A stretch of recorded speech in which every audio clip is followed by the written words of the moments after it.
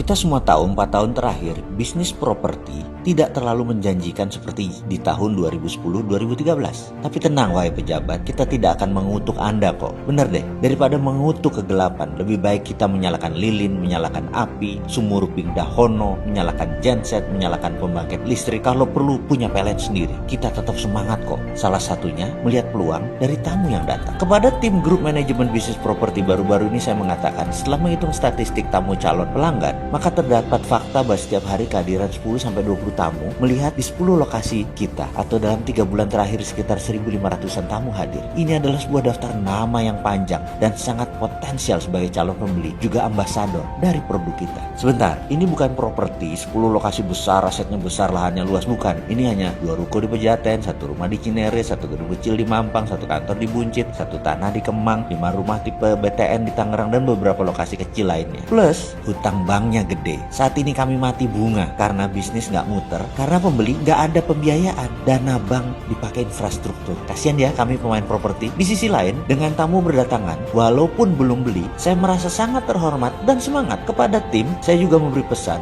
melalui surat mingguan sirkular kepada manajemen. Pastinya informasi ini bila Anda berminat memanfaatkannya, monggo silahkan. Saya mengatakan begini kepada tim saya, di mana saya mengatakan bahwa ada hal yang harus kita lakukan kepada tamu kita, yaitu mereka harus dieduket dengan benar dan diberikan pengalaman yang seru. Logo, simbol, signage, brosur, leaflet, spanduk, billboard adalah hal yang kecil dan pernik jika dilihat. Namun, semua itu penting dalam pemrograman pikiran bawah sadar seseorang. Secara sederhana saya ingin menerangkan cara kerja otak sebelum memulai masuk kepada edukasi bisnis tentunya. Otak manusia siapapun ia, di belahan manapun dia berada, ras apapun, memiliki 2 fungsi otak. Otak kiri disebut analytic mind, otak kanan disebut creative mind. Kita tidak akan membicarakan lebih jauh. Namun, ada hal yang sama di setiap manusia, yaitu jalannya informasi, lalu menjadi tindakan dalam kerja otak. Semuanya sama, yaitu informasi selalu masuk ke otak kiri terlebih dahulu, baru pindah ke kanan, baru terjadi tindakan. Ingat ya, hukum alam ini. Saya ulangi lagi, informasi selalu masuk ke otak kiri terlebih dahulu, baru pindah ke kanan, baru jadi tindakan. Jadi, brosur, leaflet, spanduk, logo, signage adalah informasi otak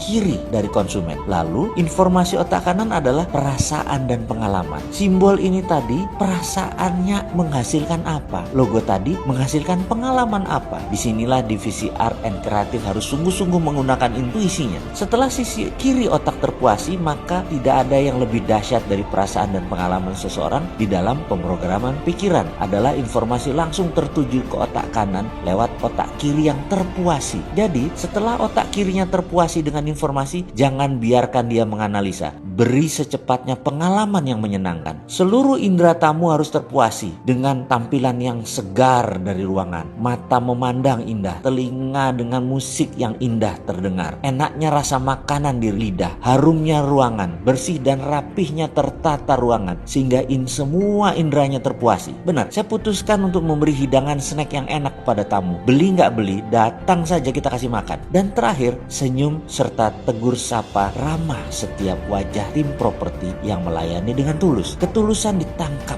oleh getaran atau vibrasi. Hal ini yang membuat kesan damai, menyenangkan, dan buat betah. Jika otak kiri terpuasi, otak kanan terpuasi, maka tindakan yang terjadi pasti adalah instant buying, dan pastinya akan menjadi loyalty customer. Dia bisa menjadi ambasador yang mempromosikan produk kita. Bahkan saya katakan, izinkan tamu merasakan vibrasi out of the box-nya si Sontoloyo ini. Vibrasi kekeluargaan egaliternya si Bosman ini. Saya sekali-sekali menjadi ambasador, boleh kan? Sudah kadung nakal. Jadi produk hasil Sontoloyo pasti rebel, pasti terobosan. Ngapunten, GR sebentar. Ternyata apa yang terjadi itu kan keputusan 1 bulan yang lalu. Ternyata dalam 1 bulan ini 30% produk properti tadi terjual loh. Alhamdulillah. Lumayan, hutang bisa dicicil, jadi tinggal sedikit hutang kami. Pengen cepat-cepat lunas sih. Takut pas resesi semakin mendekat, yang belum ada kebijakan antisipasinya oleh pejabat negara yang sekarang ini, kejadian benar. Sementara kita masih punya beban. Kalau pejabat kan gak nanggung beban hutang yang mereka buat, anak cucu kita yang nanggung. Mereka mah gak mikirin. Dan namanya juga lagi jabat.